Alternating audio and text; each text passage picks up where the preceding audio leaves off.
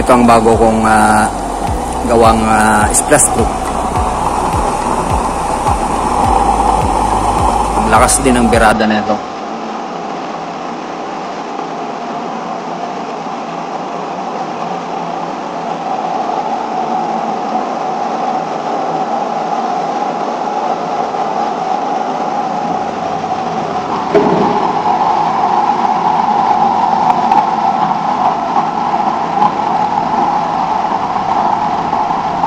Kahit na ka-splash proof siya, lakas magpakulo. Ayan, magsisimula ng kumulo.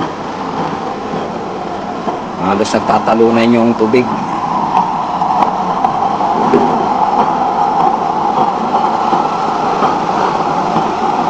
Liwanag lang dito at against the light. So ayan ang kanyang kuwan. Kaya niya magpakulo ng tubig. Kaya niya magpakulo, ang lakas ng bulwak.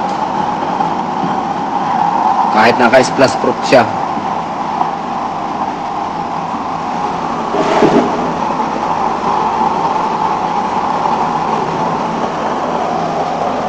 Ito ay nasa aking adjustable chamber. Nai-adjust itong chamber ko. Pwedeng itong itaas, pwedeng ibaba. At gumagana na rin ang kanyang oil level regulator. Kaya maintain na niya yung kanyang lakas.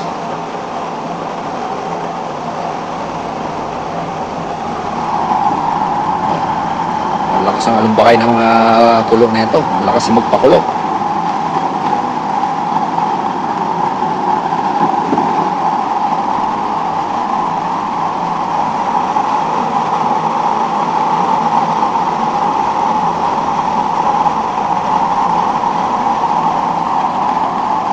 Okay, so bubuhusan natin ng tubig. Tingnan natin kung ano mangyayari.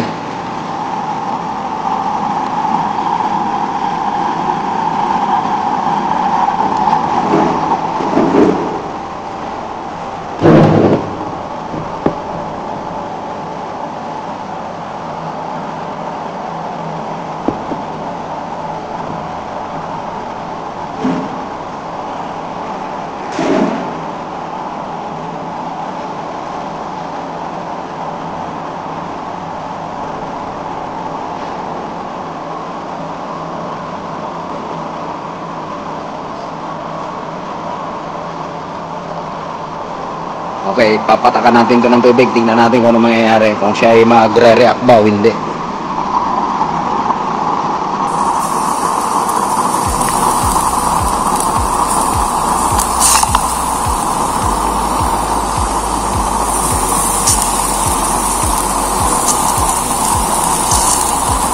Wala, konti lang ang kanyang reaksyon. Ayan o. Ang daming tubig na napatak. Konting-konti lang ang reaksyon niya. No?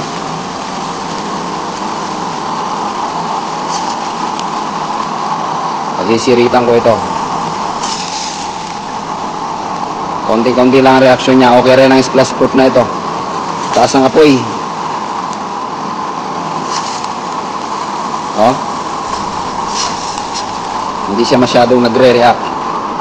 Naka full power kasi tayo. Hinaan natin. Yan, nilagay ko lang sa 5 kasi masyado mataas ang apoy na ito. Okay, so tingnan natin kung magre-react siya. Oh. Konti lang talaga. Oh.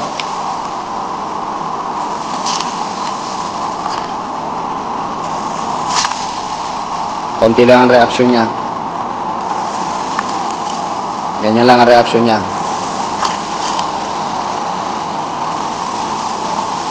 Yung taas ng apoy na yan, talagang normal sa kanya yan. Yan, bluish siya. Yan, o. Buhay pa rin yung ating apoy dyan.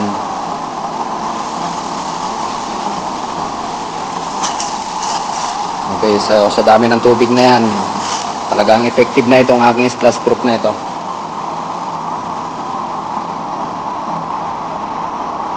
Okay, so blueprint din siya.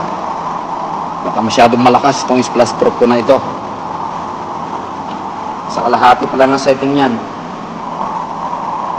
Okay, so bubuhusan ulit natin. Ayan, o. Hindi man lamang namamatay yung apoy. Sa dami ng tubig na nilalagay ko dyan, wala reaksyon. Tapos ayan, diretso pa rin siya. Malakas itong aking splash proof na ito. I mean, reliable ito. Safe itong gamitin.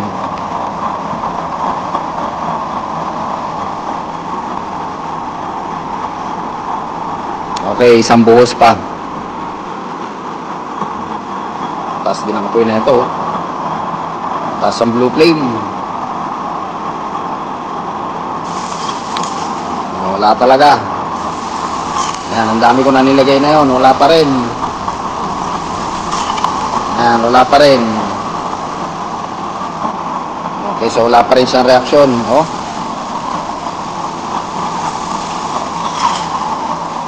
Okay, salamat sa pagsama.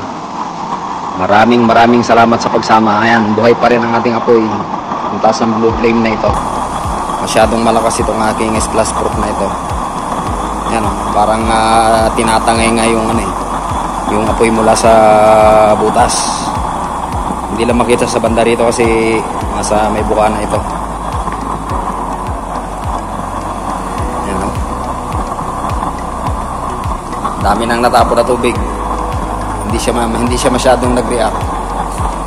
Okay, so maraming salamat sa pagsama. Until then.